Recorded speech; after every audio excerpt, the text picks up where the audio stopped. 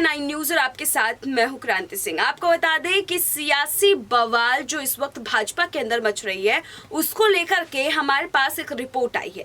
उस रिपोर्ट को आपके साथ साझा करेंगे, लेकिन एक सवाल है आप लोग के लिए। जेपी नड्डा को लेकर के आप क्या सोचते हैं? नाम सुनते ही आप समझ गए होंगे कि हम भाजपा के यहाँ पर नेता की बात कर रहे हैं, उस नेता की जिसने इस वक्त भाजपा को एक ऐसी स्थिति में पहुंचाया है जो शायद अभी तक का भाजपा के नेतृत्व में सबसे मजबूत स्थिति रही है।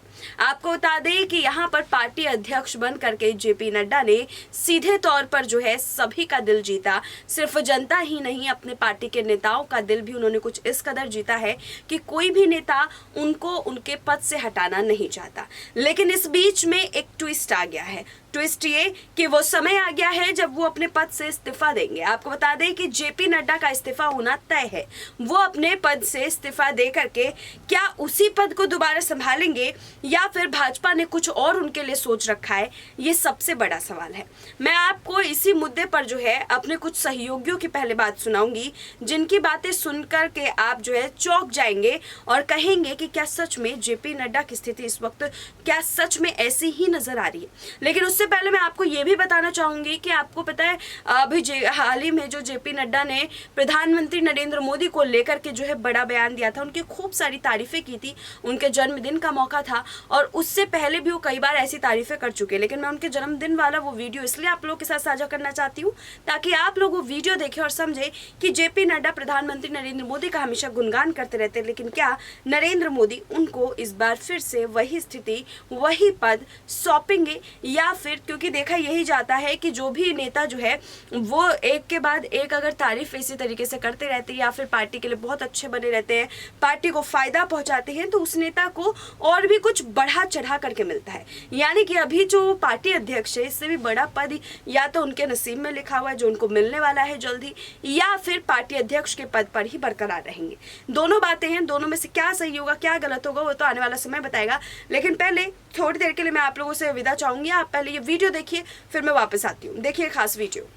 आज हमारे यशस्वी प्रधानमंत्री एवं दुनिया के सबसे लोकप्रिय जननेता आदरणीय श्री नरेंद्र मोदी जी का जन्म दिवस है। देश के लिए और भारतीय जनता पार्टी के कार्यकर्ता के रूप में यह हम सब के लिए सौभाग्य की बात है कि हमें एक ऐसे व्यक्तित्व का मार्गदर्शन मिल रहा है जो भारतवर्ष की सांस्कृतिक विरासत को सहेजने और संवारने के साथ साथ आम जनजीवन में सुखमय बनाने के लिए और राष्ट्र को सुरक्षित एवं समृद्ध बनाने के लिए समर्पित है। मैं ऐसे दूरदर्शी और देश के अंतिम व्यक्ति के कल्याण के प्रति समर्पित रहने वाले हमारे प्रधानमंत्री जी को उनके जन्म दिवस पर अपनी ओर से और करोड़ों भारतीय जनता पार्टी के कार्यकर्ताओं की ओर से कोटि कोटि बधाई देता हूं और उनका अभिनंदन करता हूं। भारतीय जनता पार्टी हमेशा प्रधानमंत्री श्री नरेंद्र मोदी जी के जन्मदिन को सेवा दिवस के रूप में मनाती आई है। उनके नेतृत्व में भाजपा का मूल मंत्र बना है सेवा ही संगठन है। मुझे इस बात की हार्दिक प्रसन्नता है कि आज भारतीय जनता पार्टी परिवार ने आदरणीय प्रधानमंत्री जी के जन्मदिन पर सेवा और समर्पण अभियान की शुरुआत की है। जन सेवा से अधिक संतोषजनक और कोई कार्य नहीं हो सकता। आज हमारे करोड़ों कार्यकर्ता देश के कोने कोने में कोविड वैक्सीनेशन अभियान को गति देने में अपनी महत्वपूर्ण भूमिका निभा रहे हैं। कई जगह ब्लड डोनेशन के कैंप्स, मेडिकल कैंप्स और स्वच्छता के अभियान चलाए जा रहा है। गरीबों में मुफ्त अनाज वितरित किया जा रहा है। ज़रूरतमंदों को हर तरह की सहायता उपलब्ध कराई जा रही है।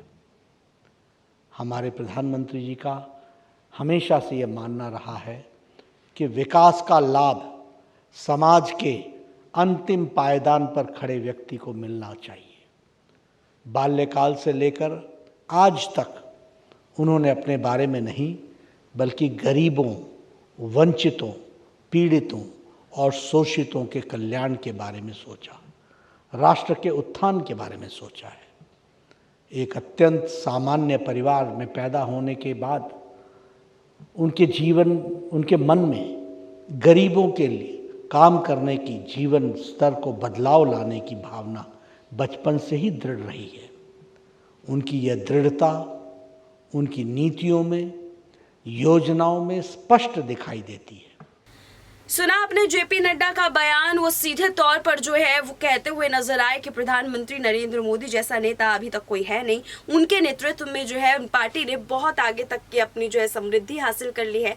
और इसके बाद जो है जेपी नड्डा के इस बयान के बाद सामने ये मानो कि सभी पार्टी के लोग जो है इस दोस्ती को याराना बताने लग गए और कहना यही था कि जेपी नड्डा को भाजपा कभी धोखा नहीं देगी, जेपी नड्डा को कभी भी प्रधानमंत्री नरेंद्र मोदी धोखा नहीं देगी।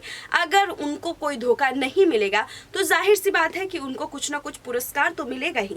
क्या ये पुरस्कार उनको जो है पार्टी में एक बड़े पद के लिए मिलेगा या फिर उनसे ये पद भी ले लिया जाएगा और इसके अलावा ये पद किसी और ऐसे इंसान को सौंप दिया जाएगा जो शायद जेपी नड्डा को नहीं पसंद है, या फिर ऐसा भी कुछ होने वाला है जिसमें जेपी नड्डा जो है वो पार्टी अध्यक्ष भी नहीं रहेंगे लेकिन फिर भी बीजेपी के साथ बने रहेंगे।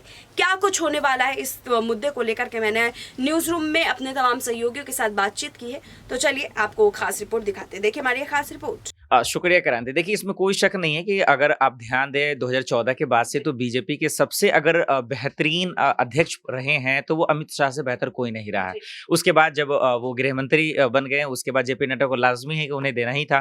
देखिए उनका कार्यकाल 5 महीना पहले ही समाप्त हो गया था, लेकिन गुजरात के चुनाव थे, हिमाचल के चुनाव थे। आपने इंट्रो में बाखूबी कहा कि कई ऐसे राज्य हैं जो उनकी मौजूदगी में अच्छा जीत हुआ है। लेकिन देखिए अफसोस की बात तब है कि देखिए हिमाचल से वो आते हैं और वहां की पूरी जिम्मेदारी निभाए, इसके बावजूद वहां हार गए। तो थोड़ा सा अफसोस इसलिए हुआ कि नहीं, देखिए 19-20 होता है लेकिन आप वही आपका गढ़ है, आप वहां से करते हैं। और वहां देखिए जैसे गुजरात चुनाव में क्या था, बीजेपी हारते ये मैटर नहीं था, लेकिन अमित शाह जी मोदी जी का गढ़ है, ये हार जाते, ये सबसे बड़ा बात है। तो अब क्या है कि अमित इससे ये समझ में तो आ गया कि अब जेपी नड्डा जी ज्यादा दिन नहीं रहने वाले हैं और लाजमी है कि जब वक्त पूरा हो गया तो चेंजेस जरूरी है। मुझे लगता है कि अभी बीजेपी में जो सबसे उभरता हुआ चेहरा है, जो सबसे लोकप्रियता चेहरा है, मुझे लगता है नितिन गडकरी को बना देना चाहिए, क्योंकि बीजेपी में मुझे उनसे बेहतरीन नेता अभी फिलहाल कोई नहीं दिख रहा। एक छोटा सा आंकड़ा भी आपके सामने पेश करूंगी। कल हम लाइव भी कर रहे थे, जनता के सामने एक सवाल रखा था कि आपको क्या लगता है कि जेपी नड्डा या फिर कोई नया चेहरा कौन बनना चाहिए पार्टी अध्यक्ष, तो उसमें 67% जनता जो है वो कह रही थी नए चेहरे के लिए।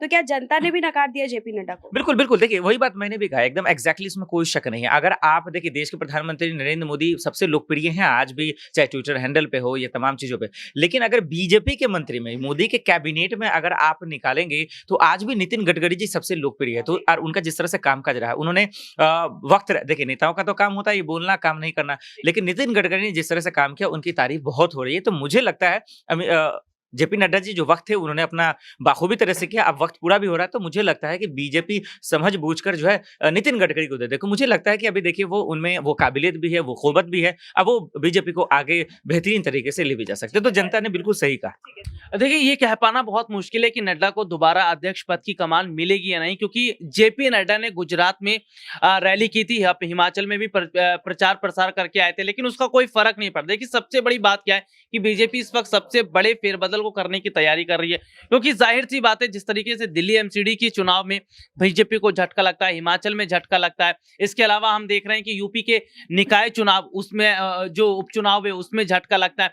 तो जिस तरीके से बीजेपी को लगातार झटके पर झटके लग रहे हैं, तो ऐसे में ये देखा जा रहा है, और अभी खबर भी है कि यूपी के निकाय चुनाव में देरी क्यों, क्योंकि बीजेपी ये बात समझ रही है कि समाजवादी पार्टी जो है वो आगे बढ़ती नजर आए। तो सबसे बड़ी बात है कि बीजेपी इस वक्त बहुत बड़े जो फेरबदल की कोशिश कर रही है। मुझे लग रहा है ना सिर्फ कई बड़े नेता जो हैं उनको मैदान से हटाया जा सकता है, क्योंकि उत्तर प्रदेश में योगी आदित्यनाथ की कुर्सी को लेकर बड़ी खबर है कि शायद उत्तर प्रदेश में अगर बात करें तो मैनपुरी जैसा चुनाव नहीं जीत पाई बीजेपी, वो भी प्रदेश में बीजेपी की सरकार है। तो इसमें कहीं ना कहीं लग रहा है क्या योगी की उतनी पकड़ नहीं है या भाजपा के अन्य नेताओं की पकड़ नहीं है। तो एक बड़ी मंथन और या फिर बड़ी बैठक अगर होती है तो शायद कहीं ना कहीं जो बीजेपी में बड़ा फेरबदल होगा उसका बड़ा नुकसान अन्य नेताओं को होगा।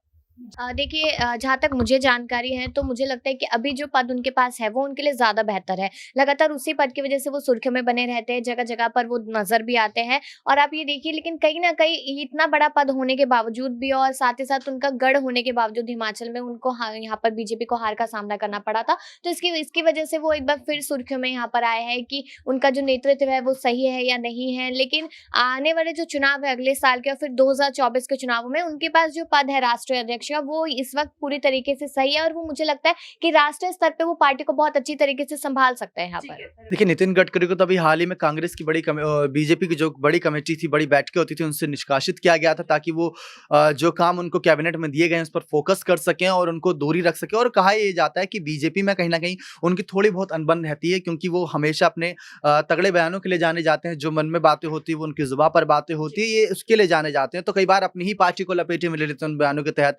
अगर वो अध्यक्ष बना दे जाते हैं तो समझ लीजिए कि बीजेपी में अभी तक जो छटनी हुई थी, अभी तक जो विधायकों को बैठाया जा रहा था, किसी को बड़े पद दिए जा रहे थे, इससे ज्यादा मामला ये बढ़ जाएगा। तो ये एक बहुत बड़ा सवाल है। लेकिन अब यहाँ पर अध्यक्ष पद की चर्चा शुरू हो गई है। तो सबसे पहली बात, जेपी नड्डा की अगर बात करें तो हिमाचल चुनावी हारे अभी तक देखा जाए उनका अपना ही गढ़ माना जाता है। लेकिन वहां पर भी हार की कुछ वजह है जो सब पहले से जानते थे कि रिवाज चलता आ रहा है और हो सकता है कि रिवाज नहीं बदल पाया। लेकिन उन्होंने कई राज्यों में रिवाज बदले। सीएम योगी को दोबारा उन्होंने अपने पद पर बैठा दिया। ऐसे तमाम राज्य हैं जहां पर उन्होंने अच्छी पकड़ बनाई, तो उसका फायदा मिला है। तो कुछ फायदे भी हैं तो कुछ नुकसान भी हैं, और ऐसा चुनावों में चलता रहता है। सुना आपने किस तरीके से हमारे सहयोगी जो है वो इस बात पर मुहर तो लगा रहे हैं कि पार्टी अध्यक्ष के तौर पर जेपी नड्डा ही अगले उम्मीदवार हो सकते हैं, लेकिन यहाँ पर नितिन गडकरी का नाम जो है वो भुलाया नहीं जा सकता है।